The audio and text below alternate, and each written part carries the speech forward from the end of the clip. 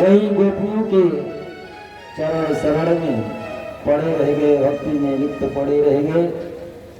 और लौटते समय वंदे नंदन श्री राम पादरेणु अंकुशाम, लौटते समय उद्धव कहते हैं कि हम इन गोप गोपियों के चरणों में प्रणाम करने के योग्य नहीं है। हम भले ही गुरु बृहस्पति के शिष्य हैं, ज्ञानियों में अग्रण्य हैं, लेकिन हमारी वो औकात नहीं है कि इन गोपियों के चरणों में मैं प्रणाम भी कर सकूं। वंदे नंदन श्री राम पादरेणु अंकुशाम, जो इनकी चरण रज है, इनके चरणों का जो रज है, जो धूल है, उसको मैं प्रणाम करता हूं, उन गोपियों के चरण रज को। या साम हरि कथोर्गीताम उन्नति भुवनत्रयम्, और उन गोपियों के चरण रज को प्रणाम करके मस्तक से लगाए और वो दो वापिस लौट करके आए। कन्हैया से कहने लगे तू वास्तव में बड़ा निष्ठुर है। तो कन्हैया ने कहा कि ना गोपियां हमसे अलग हैं, ना गोपियों से मैं अलग हूँ। कन्हैया ने सभी बाल गोपियों सबको, पूरा वृंदावन को अपने जहाँ पर बैठे हुए थे सबको दिखाया। तुम्हारे ज्ञानी थे, मैं चाहता था गोपियों का प्रेम रूपी प्रसादी थोड़ा सा आपको भी प्राप्त हो जाए, इसलिए वृंदावन आपको भी हो जाए। और इधर जब कंस का उद्धार भगवान कर देते हैं, तो कंस की जो दो पत्नियां थी, अस्थि और प्राप्ति, अस्थि प्राप्तिश्च कंसस्य मनुष्यो भर्तृसवाः मृते भरतर दुःखार्ते यातु संपितुर्गृहम्। जब कंस मारा गया तो कंस की ये दोनों पत्नियां अपने पिता जरासंध के घर पहुंच गई। अपने पिता जरासंध के यहाँ पहुंची तक जरासंध अपनी बेटियों को विधवा देख आग बबूला हो गया और लाखों की संख्या में सेना लेकर के मथुरा पर आक्रमण कर दिया। निर्जगाम पुनर्धारात पद्ममाली निरायुधा, लाखों की संख्या में सेना लेकर के मथुरा पर आक्रमण कर दिया। कृष्ण और बलराम दोनों भाई मिलकर के कुछ ही क्षणों में जरासंध के संपूर्ण सेना को समाप्त कर दिया, लेकिन जरासंध को छोड़ दिया। इस प्रकार से जरासंध मथुरा पर 17 बार आक्रमण किया। 17 बार मथुरा पर आक्रमण किया। जब भी वो आक्रमण करता, कई लाख की संख्या में सेना लेकर के आता, युद्ध करता। कृष्ण और बलराम सभी सेना को समाप्त कर देते, जरासंध को छोड़ देते। तो राजा परीक्षित ने कहा कि जरासंध को छोड़ क्यों देते थे? पहली बार आया था उसे वही मार देते, बार बार 17 बार क्यों आक्रमण करता मथुरा पर? छोड़ देते हैं तभी तो सेना भी इकट्ठा करके आता है लड़ने के लिए। सुखदेव जी ने कहा कि जरासंध को इसलिए छोड़ देते हैं कि वो दुष्ट स्वभाव का है और पृथ्वी पर जितने भी दुष्ट लोग हैं उनको इकट्ठा करके ले आएगा, एक ही साथ में सबका भगवान उद्धार कर देंगे। नहीं तो भगवान को ही एक एक करके पूरे पृथ्वी पर जा करके सबको ढूंढना पड़ता है। लेकिन जरासंध को इसीलिए छोड़ देते हैं कि वो सबको इकट्ठा करके ले आता है, भगवान को इधर उधर जाना नहीं पड़ा। इस प्रकार से 17 बार जरासंध मथुरा पर आक्रमण करता है और इस 18वें बार जब आक्रमण करने के लिए आया तो जो बचे खुचे दुष्ट थे भारतवर्ष के उनको साथ में लेकर के आया और एक कालयोन नाम का इसका मित्र था जो इराक का था, वो भी अपनी सेना को साथ में लेकर के आया और की बार युद्ध करने के लिए। कन्हैया ने बलराम जी से कहा, दादा मेरी इच्छा है कि हम लोग अब की बार युद्ध छोड़ करके भाग चले। क्यों? कन्हैया ने कहा कि जरासंध अब की 18वीं बार युद्ध करने के लिए आया है, तो ये अपने घर में 1000 ब्राह्मणों को महल में बैठा करके आया है कि मैं 17 बार पराजित हुआ हूँ कृष्ण से, यदि 18वीं बार जा रहा हूँ युद्ध करने के लिए, इस बार भी हार गया तो लौट करके आऊंगा तो तुम लोगों को जीवित नहीं छोड़ूंगा, और यदि मैं अब की बार जीत गया तो तुम लोगों को इतना दक्षिणा धन संपत्ति दे दूंगा कि तुमको फिर कहीं पर ब्राह्मणों को जाने की आवश्यकता नहीं पड़ेगी। कन्हैया ने कहा कि यदि हम जीत गए तो 1000 ब्राह्मणों को जरासंध जाकर के मार देगा, और हार जाएंगे तो 1000 ब्राह्मणों की जान बच जाएगी, तो हारने में क्या जाता है। तो भगवान जी ने कहा कि संसार के लोग तुमको रणछोड़ कहेंगे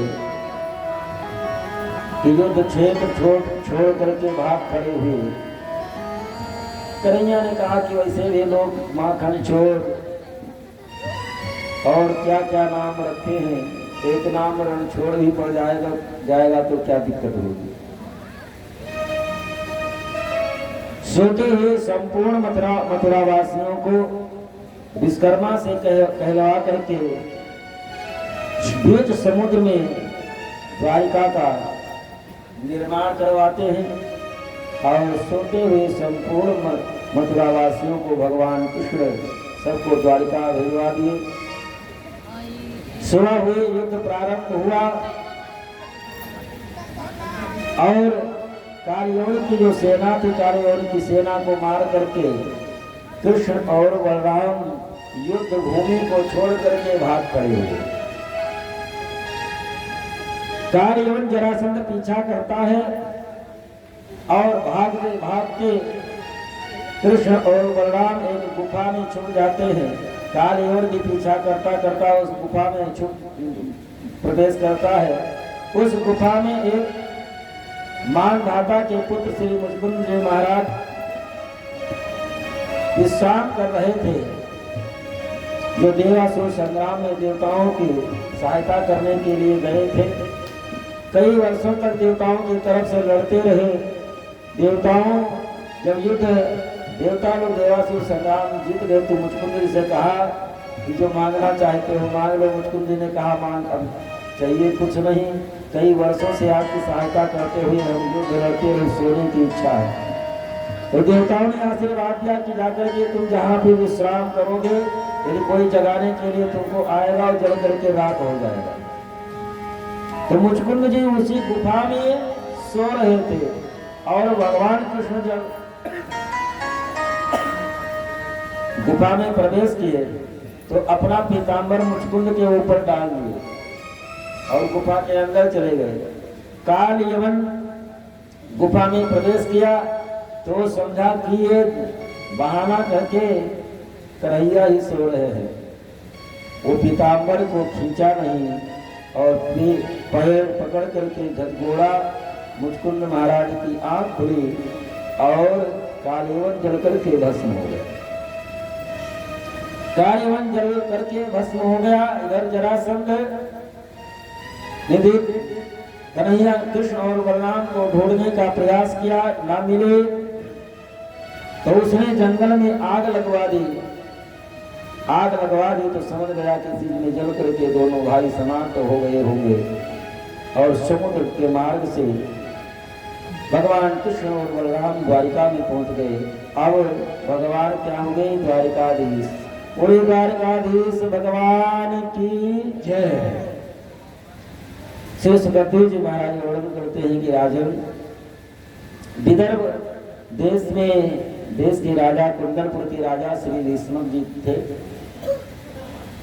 राजा आसीन भीष्मको नाम विदर्भाधिपति महान् तस्य पंचा भवन पुत्राः कन्येक चापरायणाः। विदर्भ देश के कुंदनपुर के राजा भीष्मक जी महाराज थे। तस्या पंचा भवन पुत्रा, 5 पुत्र इनके थे, 1 कन्या थी। कन्या विवाह के योग्य हो गए। मन में विचार करने लगे कन्या का कहीं विवाह करना है।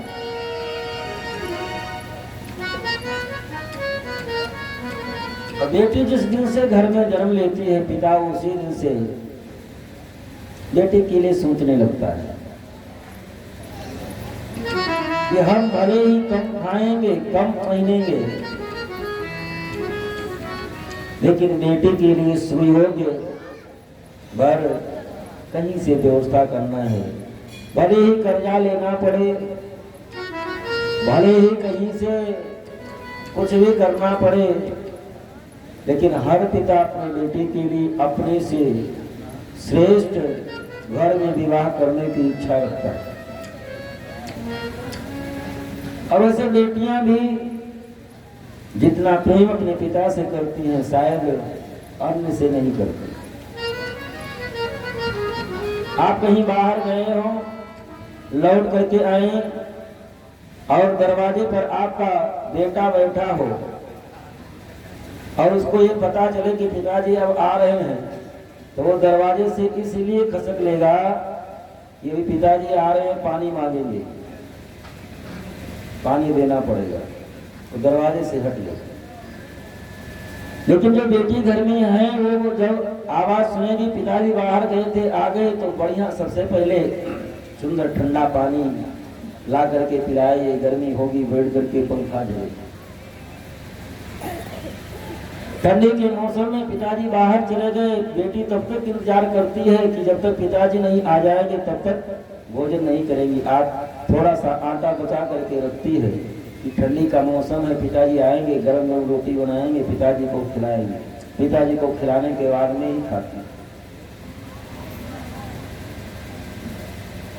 और ऐसा देखा भी गया है कि भले ही एकलौता बेटा हो, जवान बेटा हो, मर गया हो, बाप के आंख में भले आंसू न आया, एक ही बेटा हो, मर गया हो, बाप के आंखों में आंसू भले न आया हो, लेकिन ऐसा नहीं देखा गया आज तक कि बेटी की विदाई के समय बाप न रोया हो। कितना भी कठोर दिल वाला हो, कैसा भी बाप हो, लेकिन बेटी की विदाई के समय ऐसा नहीं देखा गया कि बाप की आंखों से आंसू ना आए। एक बुजुर्ग पहाड़ पर चढ़ रहे थे, एक नवयुवक ने देखा कि बाबा आप ऊपर चढ़ रहे हैं, ये भार लग रहा होगा, इसको लाओ हम ले लेते हैं, आप आराम से चढ़ जाओ। उसने कहा कि ये हमारी बेटी है, ये हमारी बेटी है, कि हमको भार नहीं लग सकती, क्योंकि जिस बाप को बेटी भार लगती है वो बाप नहीं होता। जिस बाप को बेटी भार लगती है वो बाप नहीं हो सकता। भीष्म जी महाराज भी मन में विचार करते हैं कि कोई सुयोग्य वर मिले जिसके साथ में अपनी बेटी का विवाह करूं। वैसे भी नारद जी तो बता करके गए थे कि तुम्हारी बेटी का विवाह द्वारकाधीश से ही होगा, और ये बात भीष्म जी से नारद जी बता करके गए थे। लेकिन एक दिन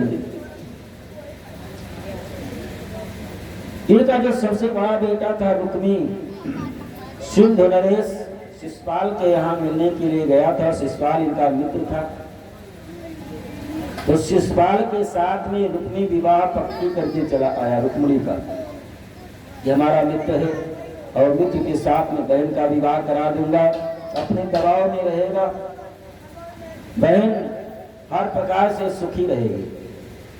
बहन का विवाह तय करके रुक्मी चला आया अपने पिता से बताया, पिताजी बहन रुक्मिणी का विवाह शिशुपाल के साथ में तय करके चले आए हैं और फला दिन वो बारात लेकर के आ रहा है। अब बड़ा बेटा जवान दे करके आया है। तो भीष्म जी कुछ बोले नहीं। ठीक है, आपने जो निर्णय लिया ठीक ही निर्णय लिया होगा। लेकिन जब ये बात रुक्मिणी जी को पता चली तो अपनी वो भाभी के गोदी में सिर रख करके रोने लगी। भाभी आप तो जानती ही हैं कि मैं हृदय से पति के रूप में द्वारिकाधीश को स्वीकार कर चुकी हूं और दूसरे के साथ में विवाह कैसे कर सकती हूं? क्योंकि हृदय से किसी एक को जीवन में एक ही को पति स्वीकार कर सकती है कन्या, दूसरे को स्वीकार करना अपराध है। जब हृदय से एक बार मैं द्वारिकाधीश को पति के रूप में स्वीकार कर सकी हूं तो रुक्मिणी जी की भाभी ने कहा ठीक है, कोई उपाय व्यवस्था की जाए, क्योंकि बारात भी परसों लेकर के आ रहा है शिषपाल। एक काम करो, तुम पत्र लिखो, हम ब्राह्मण के द्वारा द्वारकाधीश के यहाँ भिजवा देती हूँ। हो सकता है तुम्हारे मन और हृदय के वेदना भाव को समझे, कोई व्यवस्था जरूर करेंगे। रुक्मिणी जी पत्र लिखती है।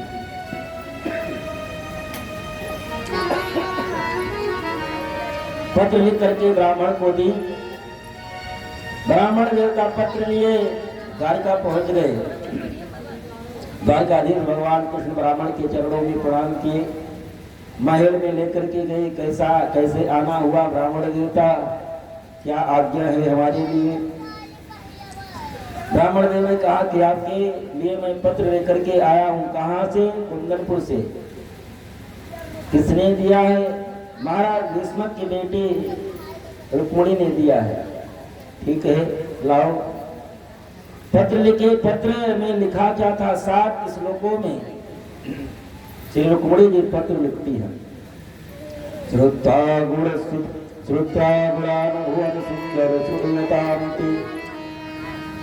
लिखा कि जब से हमने आपका के बारे में सुना, रूप सौंदर्य के बारे में सुना, जब से मैंने आपके स्वभाव के बारे में सुना, श्रुत्वा गुणानुभुवन सुंदर सुरनतांति, तब से निर्वस्य कर्ण विवरैः हरतोंगताप रूपम दशांग समताम अखिलार्थलाभम दयात्कृताभिषेचित चित्तपात्रम।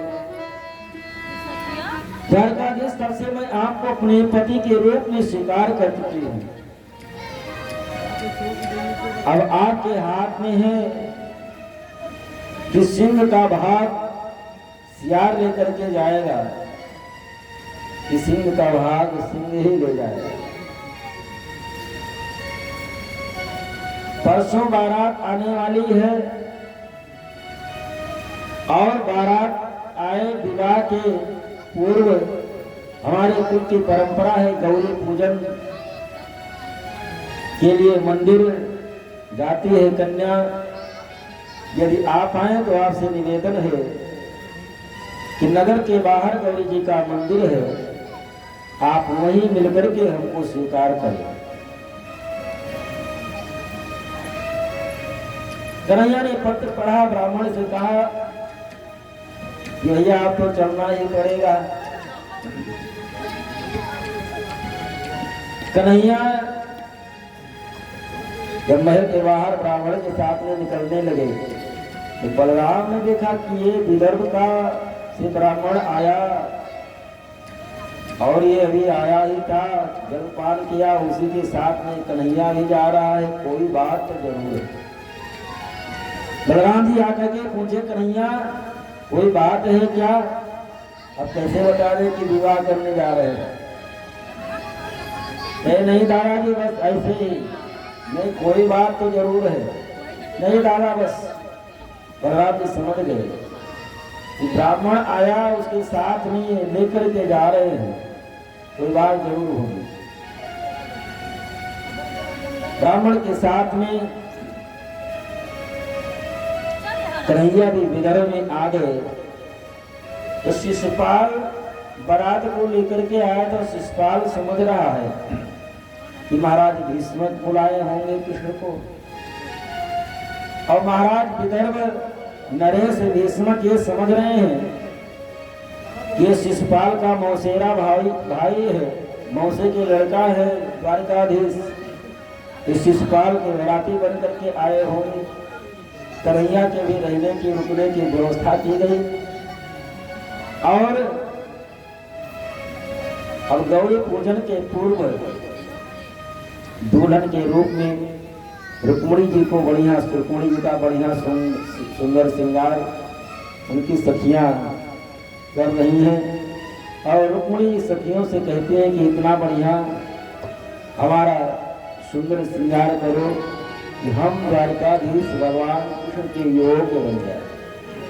आओ मेरी सखियों मुझे मेहंदी लगाए दो, मेहंदी लगा दो मुझे ऐसे सजा दो, श्याम सुंदर के दुल्हन बना दो, मुझे श्याम सुंदर के दुल्हन बना दो, मुझे श्याम सुंदर के दुल्हन बना दो, मुझे श्याम सुंदर के दुल्हन बना दो।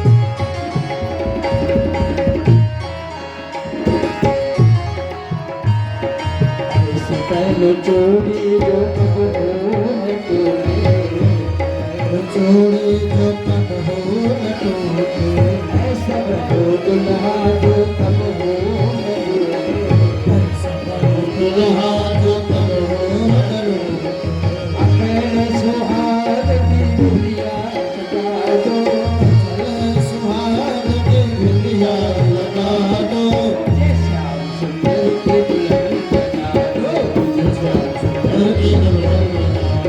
आओ मेरी सखियों मुझे मेहंदी लगा दो, आओ मेरी सखियों मुझे मेहंदी लगा दो, मेहंदी लगा दो मुझे ऐसे सजा दो, मेहंदी लगा दो मुझे ऐसे सजा दो, मुझे श्याम सुंदर की दुल्हन बना दो, मुझे श्याम सुंदर की दुल्हन बना दो, मुझे श्याम सुंदर की दुल्हन बना दो, मुझे श्याम सुंदर की दुल्हन बना दो।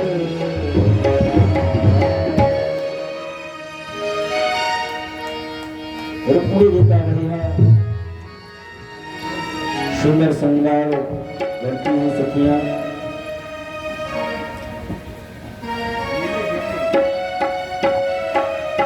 और उधर गौरी पूजन के लिए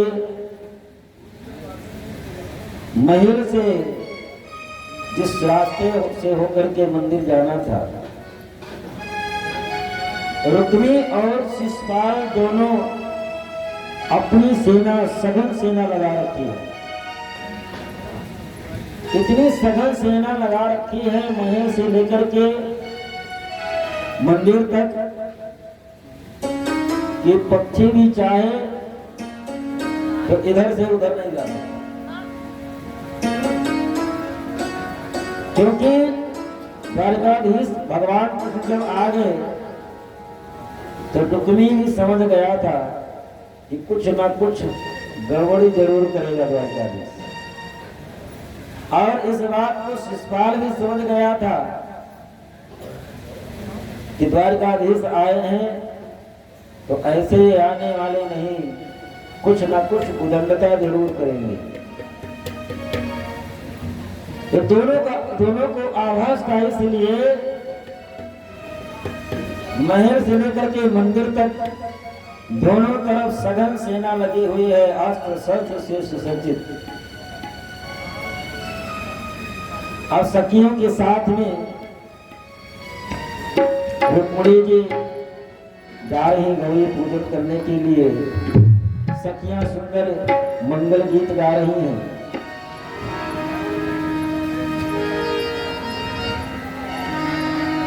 तेरी सखी मंगल गावोरी, तेरी सखी मंगल गावोरी, तेरी सखी मंगल गावोरी, तेरी सखी मंगल गावोरी। आज वो तेरे पियो की सगाई, आज वो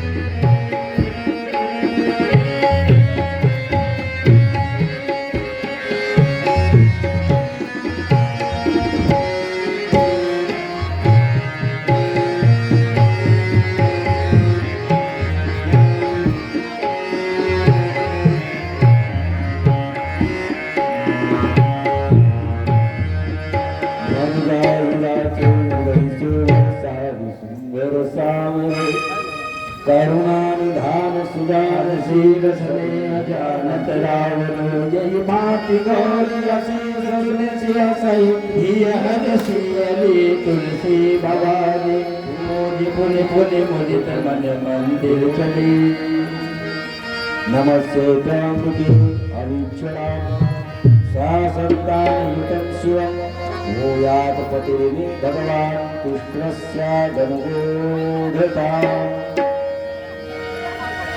रुक्मिणी जी गौरी जी का पूजन करती हैं, गौरी जी से प्रार्थना करती हैं, देवी यदि आप हमारी पूजा से प्रसन्न हैं तो पति के रूप में द्वारकाधीश भगवान कृष्ण को मैं प्राप्त करूं। गौरी जी का पूजन करके सखियों के साथ और पूजन कर रही हैं और इधर द्वारकाधीश भगवान कृष्ण जो द्वारकाधीश की रखवाली करने के लिए दोनों तरफ रास्ते के दोनों तरफ सेना लगी हुई थी कि द्वारकाधीश मंदिर के तरफ न जाने को पावे। उन्हीं दोनों सेनाओं के बीच में द्वारकाधीश भगवान कृष्ण मंदिर के तरफ जा रहे हैं। मंदिर के तरफ जाते हुए द्वारकाधीश को जो वहां पर रहे सेना सब देख रहे हैं, खड़े तो थे इनको रोकने के लिए, लेकिन इनके रूप सौंदर्य को देख करके ऐसे मनमुग्ध हुए। एक कहता है कि देखो तो इनके बाल कितने काले काले हैं, कितने घुघराले हैं, लगता है भौरे एक दूसरे को पकड़ करके लटके हुए हैं।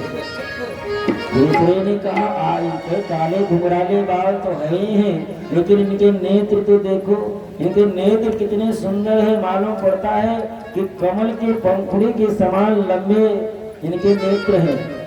नेत्र बड़े सुंदर हैं। एक ने कहा आप इनके नेत्र देख रहे हो, अरे देखो तो ये गले में जो कौस्तुभ मणि की माला पहने हुए हैं वो कितना सुंदर है, आज तक तो हमने देखा नहीं। एक ने कहा कि ये पीताम्बर जो धारण किए हैं, पीताम्बर कितना सुंदर है। दूसरे ने कहा कि पीताम्बर तो धारण किए हुए ही है, लेकिन ये जो बंसी धारण किए हुए हैं, बंसी काना हाथ में लिए हुए कितने अच्छे लग रहे हैं। सब भगवान के रूप सौंदर्य को देख करके जितने भी सैनिक हैं सब केवल इनके रूप सौंदर्य के ही बखान कर रहे हैं, सभी प्रशंसा कर रहे हैं। उनको भान ही नहीं रहा कि इन्हीं को रोकने के लिए हम लोग रास्ते पर खड़े हैं। और देखते ही देखते कन्हैया मंदिर में प्रवेश करते हैं। एक ने कहा देखो तो कन्हैया की चाल कितनी अच्छी है। मंदिर में गए, रुक्मिणी जी का हाथ पकड़े, मंदिर से बाहर लेकर के जब चलने लगे, तब फिर भी इन सैनिकों को ध्यान नहीं आया कि रुक्मिणी की रक्षा करने के लिए ही हम लगाए गए हैं। हाथ पकड़े मंदिर से बाहर निकले। सैनिकों ने कहा कि देखो तो द्वारकाधीश की चाल कितनी सुंदर है। हमने कहा चाल तो अच्छी है, लेकिन रथ पर जब बैठा लिए और लेकर के जब चले गए तो एक सैनिक ने कहा कि बेटी गई थी मंदिर में पूजा करने के लिए, क्या वो पूजा करके महल को गई कि मंदिर में ही है? सैनिक ने कहा कि तुम पगला गए हो, जिसकी तुम बाल की प्रशंसा कर रहे थे, आंख की प्रशंसा कर रहे थे, कुंडल की प्रशंसा कर रहे थे, चाल की प्रशंसा कर रहे थे, वही द्वारकाधीश बेटी को लेकर के भाग गए। जब कुछ दूर निकल गए तो रुक्मी को पता चला। रुक्मी सेना लेकर के पीछा करता है। उधर बलराम जी को भी आवाज था, वो भी द्वारका से सेना लेकर के आए थे। बीच रास्ते में संग्राम हुआ, रुक्मी पराजित हुआ। द्वारकाधीश भगवान की रुक्मी को रथ में बांध करके डाल लिए थे। बलराम जी छुड़वाए और कुछ विद्वानों का ये मत है कि रुक्मी तो वही नगर वाला बसा करके रह गया। भगवान द्वारिका में ले जा करके रुक्मिणी का के साथ में विवाह किए। उसका मत है कि बलराम ने जब मिले कि रुक्मिणी को विदर्भ देश में वापस लेकर के आए और द्वारका से बारात गई, तब विवाह हुआ। इस प्रकार से श्री सुखदेव जी महाराज कहते हैं बड़े ही धूमधाम से वेद उच्चारण के द्वारा पंडित लोग विद्वानों ने बड़े सुंदर ढंग से